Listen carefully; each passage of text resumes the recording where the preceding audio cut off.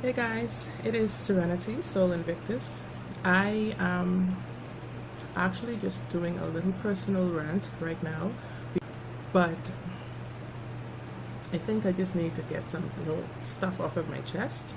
Now, I don't know how many of you guys are going through this same thing at the moment, but having a teenager, having a teenage son, for that matter, it's not an easy road, and sometimes it's better than others, sometimes. And I just wanted to just discuss this today because I'm at a point where my son is basically 15 years old, and when I was 15, I can recall going through stages of adolescence where I did not really want to be talked to. I did not really want to be scolded for anything. I did not want to be told basically anything. Like, I wanted to, live my life, you know what I mean? And now that I have a child who is that same age, is going through the same things, it is very frustrating, to say the least. And so I just want to talk about this because I know I'm not the only one. I have friends who have children now who've already graduated high school, and that is, to me, like, wow. I'm gonna be there one day soon. So I am now trying to figure out the best methods of dealing with a teenager, because you don't always see eye to eye. As an adult, they feel like you're always trying to discipline them. They feel like you're always, like, you never are able to understand them. And some people have like 8 and 10 kids, like teenagers, and that is absolutely preposterous for me to think about. How do you survive? Okay, this is from newborn phase. After they pass newborn phase, you feel like you're kind of in the clear, but that's until they hit about 13, 14, and then you realize, like, stuff is flying and hitting the fan. Okay. So respect is the big deal for me. And teenagers these days, they're peer groups, they're when they go to school and they go, like, have like side jobs or any type of outing like that, they are surrounded by peers who are usually not so respectful, and this kind of rubs off on them, and they come and they feel like either you and them are like the same age, like you're in the same peer group because you're young, because maybe like I run and listen to like people like Future and Tiger and Migos. That doesn't make me your company. That doesn't mean me and you are on the same level, but at the same time, I am understanding. I think I'm one of the coolest moms, like, I know, or he knows. And so I don't see all the eye rolling, all the like they want to just get swallowed up in the like Mariana Trench. Like, I don't understand. If you have to wash dishes, if you, whatever it is that you ask them to do, is always some defiance, and I don't understand that. So I'm coming to you guys as with more realism.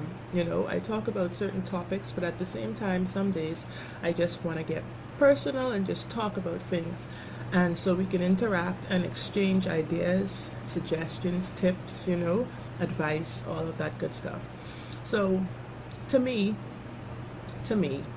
I try to employ, I was raised in a home by my grandmother, like I always talk about, and until I was at that age where I started to see boys and stuff like that, I was a very meek and humble child.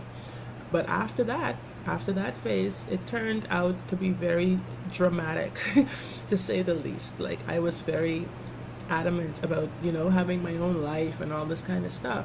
But like I said, what you always have to be careful doing is wishing for things and you're not really ready for them. So I used to wish and say, oh, I can't wait until I get 18 years old. I can't wait. It's the day at 12 midnight on my birthday, my 18th birthday, I'm out of here, right? And so about a few months into my 18th birthday, maybe 2 months or so, my grandma died. And I had a big ordeal, dramatic ordeal, with my aunt, and over me being there. I was born and raised in that same house, and I had to leave. basically. I'm going to get into that story time. That's actually another topic. That's for another day. I'm going to get into that story, what happened. But, I'm way past that now. But just saying, be careful what you wish for, because you get it more than not. More than likely, you're going to get it. And especially when you're a teenager, you have all these hormones raging and these emotions. You're passionate about what you're saying. So the universe is definitely hearing you. You're innocent. You're innocent. Basically you're really still tapped in to that source energy. And so whatever you put out there, you better be careful what you say. So my tips sometimes for dealing with it, if I'm coming to it with a problem, but in essence, I actually like doing that because sometimes I end up answering my own questions. And so I hope that some of the things that I come up with as I'm discussing this can help you deal with your teen. And, may God have mercy on your soul, like they say. This too shall pass. They're gonna be an adult very shortly, and this is what I tell them all the time, that you can't go back to being a child after this. The next time you go back to being a child, if you're so fortunate to live that long, your grandchildren will be turning your ass over and telling you, hey grandpa, turn over, I have to change your diaper, and they have to see everything, your whole anatomy, and clean you and all of that, feed you, give you some hot soup and stuff. So please humble yourselves, teenagers, humble yourselves. Okay, anyways, the tips I'm gonna give for us parents or guardians who have to deal with these teenagers: first of all, modeling respect in your interactions with your teen. Okay, so this is definitely a big one. This is something I talk to my husband about a lot. If you as an adult feel like you deserve all the respect, adults don't usually kind of check themselves. They like to check the younger kids, but you have to check yourself a lot too, because what you give out is what you're going to get back as well. So if you can't give the respect that you want, how do you expect them to learn how to do it back to you? It's like the golden rule, because if a parent can't say please to their child, if a child, no matter if a child is 16 or 17, 9 or 10, whatever age, if you can't say please to that child, why do you think that child should learn? How do you think that child should learn how to say please and stuff to you? Oh, just give me that. A lot of parents in the Bahamas feel like children are little servants. They don't really think that they can learn from children. They don't think that, children know anything about life. They don't respect them in that essence, in that way that they would like to be respected as parents,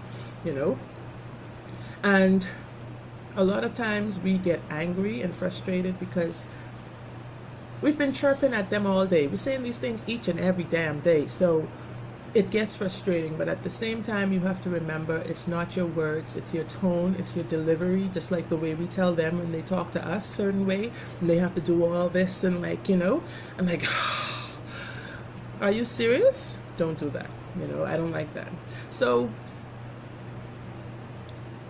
keep the yelling to a minimum. Like I say also to my husband, you have to kind of not get all emotional with it. Don't take it too personal sometimes. Just remain neutral. Say what you have to say. Get it done. That's it. Okay? Number 2, second tip I think is helpful. We have to kind of make them accountable for what they are doing. Because a lot of times, like my son for instance, he never feels like he's responsible for his actions. Like someone always is to blame. Someone always made him do it or made him not do it. Or are you a follower or are you a leader? Are you in control of yourself? Who is controlling you? So we have to find solutions to these problems. Sit down, calmly. We talk about what the problem is, okay, and ask them actually to come up with some ideas. Say if you were me, what would you do? If your child was doing this to you right now, what do you think would be the best approach to handle the situation? And some of them may not want to answer you because they know what the answer is going to be. They know what should happen after this. But the truth inside can't hide. So you're going to see a different attitude and response from them. Okay? I'm just tired of all the back and forth, the bickering, all of that kind of stuff. So we need to figure out a better way to communicate with these young adults, because just like 20 years ago, we were there. Just 20 years ago. Okay? And this is another biggie, another important one, is praising them for doing good. We have to actually recognize when they're doing good. We have to see the goodness that they're trying to do. Label it, like when they are actually helpful, when they are, you know, kind of looking for solutions or taking the initiative to do things on their own without us having to yell and shout. Those things deserve attention. They deserve not just the bad behavior, you know, and be specific about it. So if, like, for instance, my boy, his chores, among his chores, are like taking out the trash and stuff like that. If I come and I see the trash is gone for the first time in like ever, I'm gonna say that. So be specific about it. Oh, hey, I really like that you took out the trash today, without, you know, just, you know, you don't even have to say without me telling you, but that's something I sometimes he would say.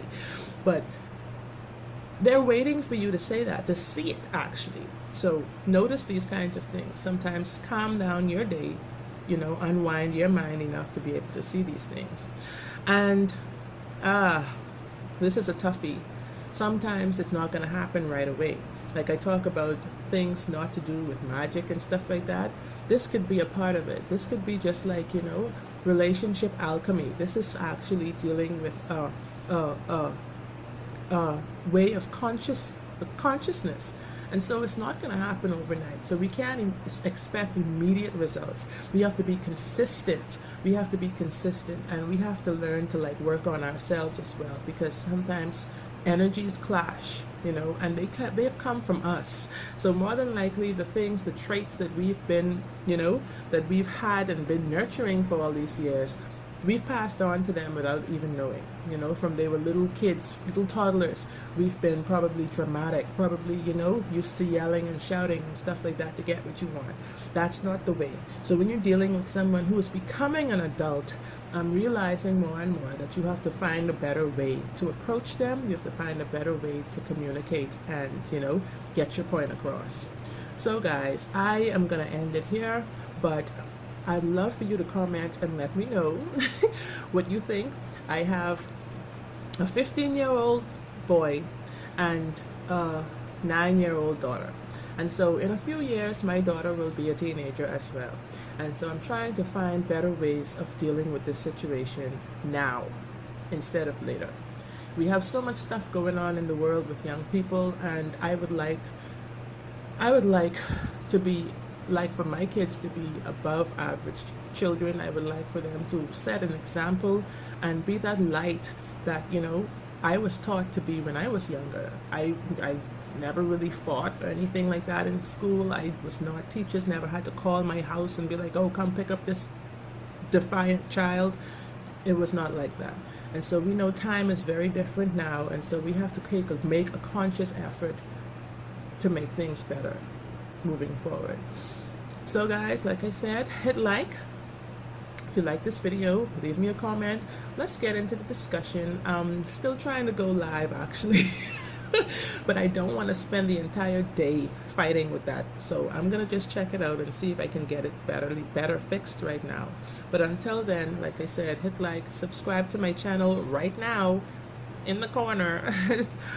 And so you can be notified. Also press that little bell that's on the side of the subscription button so that you can be notified whenever I come to you with new videos and topics and discussions. So, like I always say, peace, love, blessed be, namaste. I've got one hand. Bye guys.